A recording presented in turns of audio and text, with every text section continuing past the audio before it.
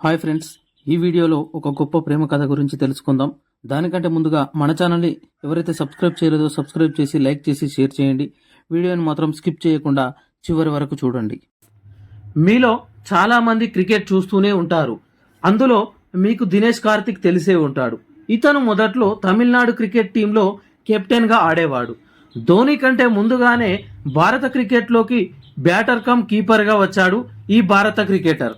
2004లో India టీంకి select అయ్యాడు.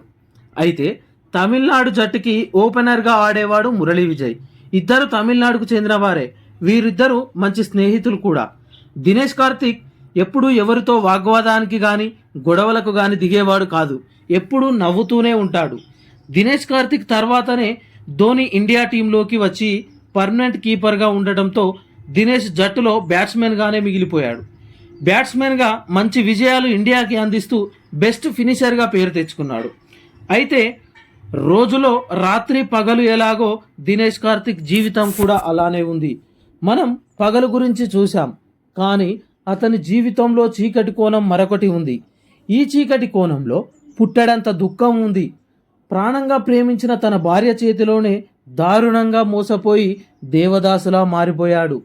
చావు చివరి అంచు వరకు వెళ్ళి తిరిగి దృఢంగా నిలదొక్కున్న తన జీవితం ఎంతో మందికి ఆదర్శం. అసలు ఏం జరిగింది అంటే 2007లో తన స్నేహితురాలు ఎంతో ఇష్టపడి ప్రేమించిన నిఖితా వంజారిని పెళ్లి చేసుకున్నాడు. అప్పటికి దినేష్ కార్తిక్ వయసు 21 సంవత్సరాలే. ఇరు కుటుంబాల వారు ఒప్పుకోవడంతో ముంబైలో అంగరంగ వైభవంగా పెళ్లి చేసుకున్నాడు. ఈ పెళ్లికి ఇండియన్ క్రికెటర్స్తో పాటు తమిళనాడు క్రికెటర్స్ కూడా వచ్చారు. అందులో మురళీ విజయ్ కూడా ఈ పెళ్లికి వచ్చాడు. పెళ్లి తర్వాత కార్తిక్ ఇండియా టీంలో కొనసాగుతూ ఉండేవాడు. అయితే తన స్నేహితుడిని కలవడానికి మురళీ విజయ్ దినేష్ కార్తిక్ ఇంటికి వచ్చేవాడు. అలా వస్తూ వస్తూ మురళీ విజయ్ దినేష్ కార్తిక్ భార్య నిఖితకి దగ్గరయ్యాడు. ఆ రిలేషన్ కాస్త బెడ్ రిలేషన్ అయింది. ఇద్దరు సహజీవనానికి అలవాటు పడ్డారు. ఇలా నెలలు సంవత్సరాలు గడుస్తున్నాయి. ఈ అక్రమ సంబంధం దినేష్కి తప్ప తన టీం మెంబర్స్ అందరికీ తెలుసు. ఈ సమయంలో 2009లో మురళీ విజయ్ చెన్నై టీంకి సెలెక్ట్ అయ్యాడు. 2010లో ఇండియా టీంకి కూడా సెలెక్ట్ అయ్యాడు. అప్పటి వరకు సాదాసీదాగా గడిపిన తన జీవితం ఒక్కసారిగా కోట్ల రూపాయలు రావడంతో లగ్జరీగా మారిపోయాడు మురళీ విజయ్. నిఖితకి ఖరీదైన గిఫ్టులు ఇస్తూ జీవితం సాగిస్తున్నాడు. ఇంతలో దినేష్ కార్తిక్కి తన బంధువులు ఒకరు ఇద్దరు తన భార్య అక్రమ సంబంధం గురించి చెప్పిన లైట్ తీసుకున్నాడు. జస్ట్ వాళ్ళిద్దరి మధ్య ఉన్నది ఫ్రెండ్షిప్ అని ఎక్కువగా పట్టించుకోలేదు. ఇంతలో 2012లో తమిళనాడులో ఒక క్రికెట్ టోర్నమెంట్ ఆడుతుంటే తన భార్య ప్రెగ్నెంట్ అని తెలిసింది. అయితే ఈ ప్రెగ్నెన్సీకి తను కారణం కాదని తెలిసి దీనికి కారణం మురళీ విజయ్ అని తెలిసి ఒక్కసారిగా కుప్పకూలిపోయాడు.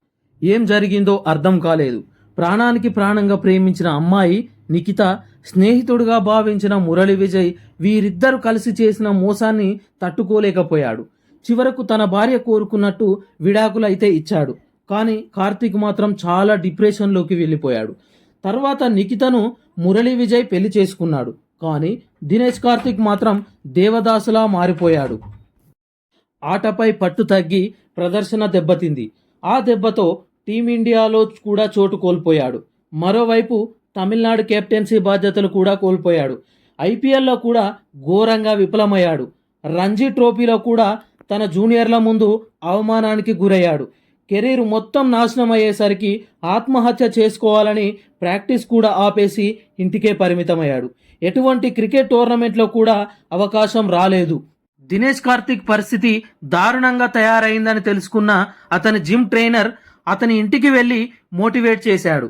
జీవితం మీద ఆశలు పెంచి మళ్ళీ ట్రైనింగ్ తీసుకునేలా చేశాడు. ట్రైనర్ సూచనలతో మళ్ళీ ఫిట్నెస్లోకి వచ్చాడు. అదే ట్రైనర్ దగ్గర ఫిట్నెస్ సెక్షన్ తీసుకుంటున్న ఇండియన్ స్క్రాచ్ ప్లేయర్గా దీపికా పల్లికలు పరిచయమైంది. ఒకప్పుడు తమిళనాడు స్టార్ ప్లేయర్గా ఎదిగిన దినేష్ని అలా చూసి షాక్కి గురైంది దీపిక.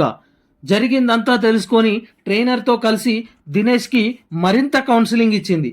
ప్రేమించి పెళ్లి చేసుకున్న భార్య మోసానికి బలైన దినేష్ కార్తిక్కి దీపిక దేవతలా కనిపించింది. ఆ సమయంలో దీపిక తోడు తనకి ఒక కొత్త ఉత్సాహాన్ని తీసుకువచ్చింది. ఆమె మోటివేషన్తో ఎక్కువసేపు జిమ్లో కష్టపడేవాడు. దినేష్ కార్తిక్ వ్యక్తిత్వానికి క్రికెట్ అంటే ఇష్టం ఉండని దీపిక కార్తీక్ పై మనసు పారేసుకుంది. కొన్నాళ్లకు ఇద్దరి మధ్య మాటలతో పాటు మనసులు కూడా కలిసి 2015లో కూడా పెళ్లి చేసుకున్నారు. ఇద్దరి మతాలు వేరువేరు కావడంతో 2 సాంప్రదాయాల ప్రకారం పెళ్లి జరిగింది.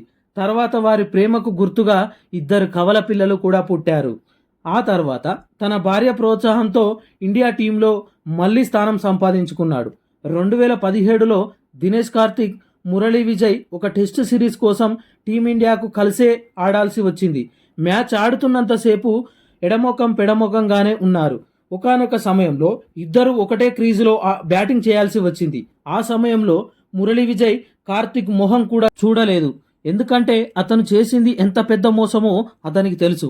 అలా భారత జట్టులో రాణిస్తూనే కలకత్తా జట్టుకు 3 సార్లు ఆడి కెప్టెన్ కూడా అయ్యాడు. మరోవైపు దీపిక కూడా తన కెరీర్ వైపు దృష్టి పెట్టి స్క్రాచ్ వరల్డ్ ఛాంపియన్షిప్ టైటిల్ని కొల్లగొడుతూ ఏకంగా భారత ప్రభుత్వం తరపున అర్జున పద్మ అవార్డు అందుకునే స్థాయికి ఎదిగారు. ఆ విధంగా భార్యాభర్తలిద్దరూ మంచి సక్సెస్లో ఉన్నారు. అలా దినేష్ కార్తీక్ కొన్నాళ్లకు తానేంటో ప్రూవ్ చేసుకున్నాడు. తనకి 34 సంవత్సరాలు వచ్చినప్పుడు తన స్థానాన్ని రిషబ్ పంత్తో భర్తీ చేసింది టీమిండియా. ఇక తన కెరీర్ చివరి దశ అనుకున్న దినేష్ కార్తీక్కి నేషనల్ క్రికెట్కి గుడ్ బై చెప్పేద్దాం అనుకున్నాడు. 2020లో కూడా కేకేఆర్ కెప్టెన్సీని కూడా వదులుకున్నాడు. తర్వాత మైక్ పట్టి క్రికెట్ కామెంటరీగా కూడా మారిపోయాడు దినేష్ కార్తీక్. కానీ అంతలోనే T20 వరల్డ్ కప్కి ఎంపిక చేసింది టీమిండియా. అందులో మంచి ప్రదర్శన చూపించాడు. 2022లో ఐపీఎల్లో ఆడాలని సిఎస్కే టీం CEO నుండి ఫోన్ వెళ్ళింది. కానీ వేలంలో ఆర్సీబీ చెన్నైతో పోటీపడి మరీ 5.5 కోట్లకు కొనేసింది. ప్రస్తుతం అతడు కోహ్లీ సారథ్యంలో ఆడుతున్నాడు. ఈ విధంగా దినేష్ కార్తీక్ జీవిత ప్రయాణం ఒక అద్భుతం, పడి లేచిన కెరటం. అతని జీవితం ఎందరికో ఆదర్శం, మరెందరికో స్ఫూర్తిదాయకం. ఇంకా అంతా అయిపోయింది, జీవితం అంతా శూన్యం అనుకున్న అతడికి జీవితం 2వ అవకాశాన్ని ఇచ్చింది. దాన్ని అతడు ఒక 6గా మార్చాడు. మీకు కనుక ఈ ఇన్ఫర్మేషన్ నచ్చినట్లయితే లైక్ చేయండి, మీ ఫ్రెండ్స్ అండ్ ఫ్యామిలీస్కి షేర్ చేయండి. ఈ ఇన్ఫర్మేషన్ క్లబ్ది అనిపిస్తే కామెంట్ చేయండి.